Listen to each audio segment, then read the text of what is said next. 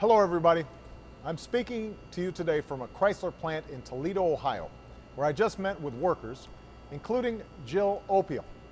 Jill was born and raised here in Toledo. Her mom and stepfather retired from this plant.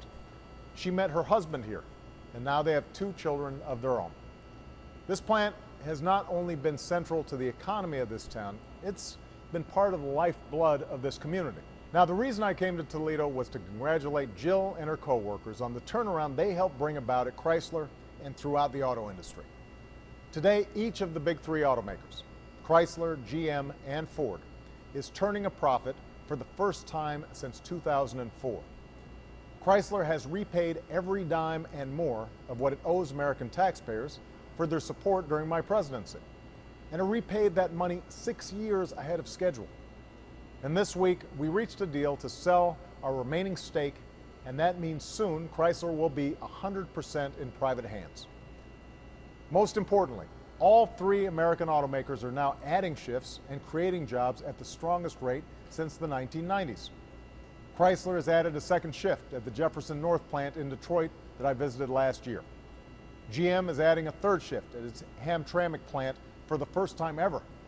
And GM plans to hire back all of the workers they had laid off during the recession. That's remarkable when you think about where we were just a couple of years ago. When I took office, we were facing the worst recession since the Great Depression, a recession that hit our auto industry particularly hard. In the year before I was president, this industry lost more than 400,000 jobs, and 2 great, iconic American companies, Chrysler and GM, stood on the brink of collapse. Now, we had a few options. We could have done what a lot of folks in Washington thought we should do, nothing. But that would have made a bad recession worse and put 1 million people out of work. I refused to let that happen. So I said if GM and Chrysler were willing to take the difficult steps of restructuring and making themselves more competitive, the American people would stand by them. And we did. But we decided to do more than rescue this industry from crisis. We decided to help it retool for a new age. And that's what we're doing all across the country. We're making sure America can outbuild, out-innovate, and out-compete the rest of the world.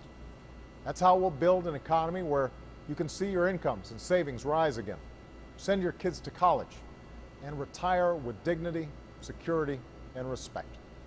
That's how we'll make sure we keep that fundamental American promise that if you work hard and act responsibly, you'll be able to pass on a better life to your kids and your grandkids. Now, we've got a ways to go. Even though our economy has created more than 2 million private sector jobs over the past 15 months and continues to grow, we're facing some tough headwinds. Lately, it's high gas prices, the earthquake in Japan, and unease about the European fiscal situation. That's going to happen from time to time. There are going to be bumps on the road to recovery. We know that. But we also know what's happened here at this Chrysler plant. We know that hardworking Americans like Jill helped turn this company and this industry around. That's the American story. We're a people who don't give up, who do big things, who shape our own destiny. And I'm absolutely confident that if we hold on to that spirit, our best days are still ahead of us. Thanks for tuning in, and have a great weekend.